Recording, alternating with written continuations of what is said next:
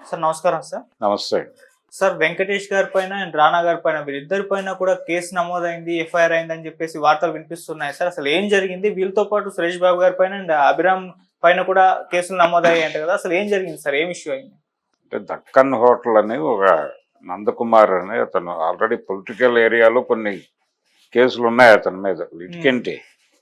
అతను తనకి చెందినటువంటి దక్కన్ హోటల్ని వెంకటేష్ గారి స్థలంలో ప్రారంభించాడు. ఫిలిం నగర్ ఎంట్రన్స్ లోనే ఉంటుంది అది.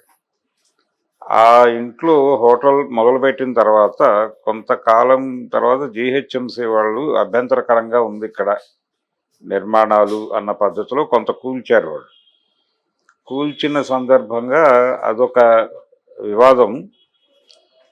కోర్టు ఏం చెప్పిందంటే ఫర్దర్గా దానిలో ఎవరు ఏ రకమైనటువంటి అంటే నిర్మాణాలు కానీ కూల్చివేతలు కానీ ఏమీ జరగకుండా స్టేటస్ కో మెయింటైన్ చేయమని ఒక ఆర్డర్ ఇచ్చింది.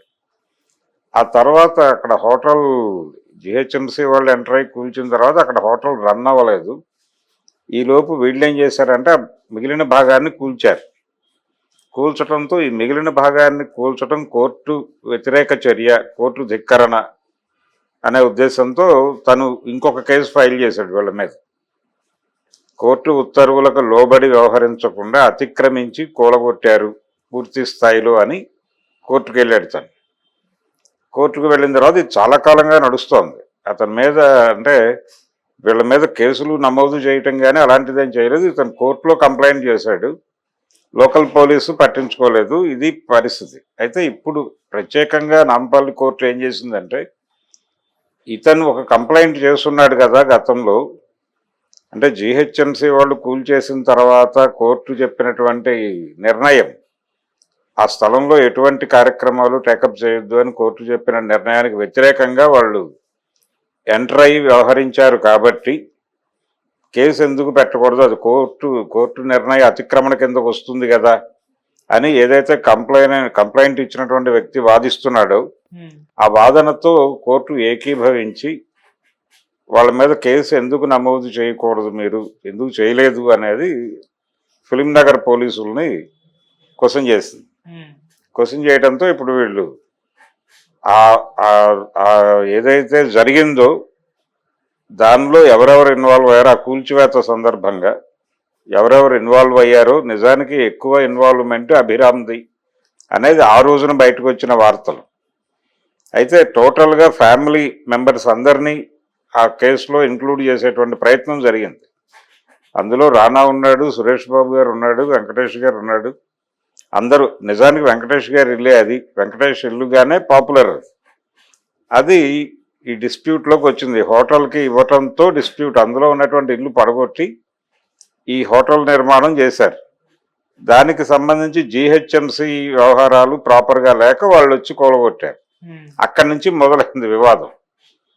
ఇది ప్రభుత్వానికి హోటల్కి జరగాల్సిన వివాదం అనుకోకుండా ఒక టర్న్ తీసుకుని స్థల వివాదంగా మారి స్థలం తాలూకా యజమానులకి ఆ హోటల్ నిర్వాహకుడికి మధ్య వివాదంగా మారిపోయింది. ఆ మారిపోయి ఇప్పుడు వీళ్ళని స్ట్రైట్గా పార్టీలుగా చేరుస్తూ పోలీసులు వీళ్ళ మీద కేసు నమోదు చేశారు. ఈ నమోదైనటువంటిది సివిల్ డిస్ప్యూటే కాబట్టి కోర్టులో కంటెస్ట్ చేస్తారు. కంటెస్ట్ చేసి వీళ్ళు కూడా లాయర్లను పెట్టుకుంటారు, వీళ్ళ ఎవిడెన్సెస్ ఏవో వీళ్ళు ప్రొవైడ్ చేస్తారు, ఏ పరిస్థితుల్లో వెళ్లాల్సి వచ్చింది లోపలికి ఇవన్నీ ఎస్టాబ్లిష్ చేసి ఏదో ఒక పద్ధతిలో దాన్ని క్లియర్ చేసుకుని బయటపడతారు. పెద్దగా ఆందోళన పడాల్సింది ఏం లేదు. ఇది సెటిల్ అయ్యే వ్యవహారం, సెటిల్ చేసుకుంటారు. కోర్టు బయటే సెటిల్ అవుతుంది. ఇది కోర్టులో ఫైనల్గా ఒక కంక్లూజన్కి వస్తారు. అందరూ కలిసి అక్కడ కలిసిపోయేటువంటి ప్రయత్నం జరుగుతుంది. ఒక రాజీ వ్యవహారం. ఈ రాజీ చేసుకోవటం కోసం ఇప్పుడు వీళ్ళ మీద కేసు సీరియస్గా ముందుకు నడిపించేటువంటి ప్రయత్నం చేస్తున్నాడు అతను. ఈ కేసును క్లోజ్ చేయాలంటే ఏం చేయాలంటే కూర్చుని సెటిల్ చేసుకోండి. ఆ నష్టం ఏదో ఉంటుంది అతనికి జరిగిన నష్టాన్ని వీళ్ళు భర్తీ చేసేస్తే కోర్టు అతని కేసు వాపస్ తీసుకుంటారని అనొచ్చు. అలా ఇది కోర్టు బయట సెటిల్ అయ్యేది తప్ప కోర్టులో మెరిట్స్ మీద వెళ్ళి కేసు నడిపి తర్వాత ఎప్పుడో కోర్టు నిర్ణయం వచ్చినప్పుడు ఫర్దర్ కార్యక్రమాలు చేద్దాం అన్నంత కాలం వీళ్ళు ఎదురు చూస్తారా అనేది అనుమానమే. అందుకని కోర్టు బయటే సెటిల్ అవుతుంది. దాదాపు ఇలాంటి సివిల్ వివాదాలన్నీ కోర్టు బయటే సెటిల్ అవుతాయి. ఆ సెటిల్మెంట్ను వేగవంతం చేయడానికి అతను విపరీతంగా కృషి చేసి చాలా ఏళ్ల నుంచి నడుస్తోంది ఈ కేసు. ఈ రోజున కొత్త కేసు కాదు అది, నిన్న మొన్న జరిగిన ఎపిసోడ్ కాదు ఇది. చాలా కాలం ఉంది దీనికి, చాలా వయసు ఉంది. ఇంత వయసు ఉన్నటువంటి కేసులో ఏదో ఒకటి బెటర్గా పొందుదాము అని అతను అనుకుని ఈ చేసినటువంటి కృషి ఫలించి ఈ రోజున కోర్టు నుంచి ఒక డైరెక్షన్ అయితే వచ్చింది పోలీసులకి. ఈ డైరెక్షన్ ప్రకారం మరి వాళ్ళు వెళ్ళి నోటీసులు సర్వ్ చేయాలి ఇప్పుడు వీళ్ళకి.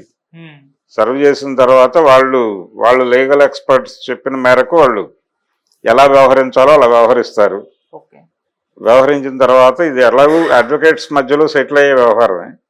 కూర్చోబెట్టి మాట్లాడేసి ఏదో ఒక అమౌంట్ సెటిల్ చేసి అతను నష్టపరిహారం కోర్టులో కేసు విత్డ్రా చేయించేసుకుంటే క్లోజ్ అయిపోతుంది. చూద్దాం, ఇంకొక 6 నెలలు నడుస్తుంది ఈ డ్రామా, తర్వాత ఏదో క్లారిటీ వచ్చేస్తుంది. అంటే సినిమా టైంలో ఎటువంటి ఇష్యూస్ ఇబ్బంది ఉండవచ్చా? ఏం ఇబ్బంది ఏం లేదండి, సినిమాకి దీనికి సంబంధం లేదు. వాళ్ళు ఒకళ్ళకి ప్రాపర్టీ అద్దెకి ఇచ్చారు, ఆ అద్దెకి తీసుకున్న అతని నిర్మాణాలకి ప్రభుత్వానికి మధ్య మొదలైన వివాదం అనుకోకుండా వీళ్ళు ఎంటర్ అయి కూల్చేయడంతో వీళ్ళ వైపు టర్న్ అయ్యి ఇప్పుడు వీళ్ళే ప్రధానం అయ్యారు. అంతవరకే తప్ప వీళ్ళకేం సంబంధం లేదు ఆ గొడవలు. క్లీన్ గానే బయటకు వచ్చేస్తారు. Thank you so much. Thank you.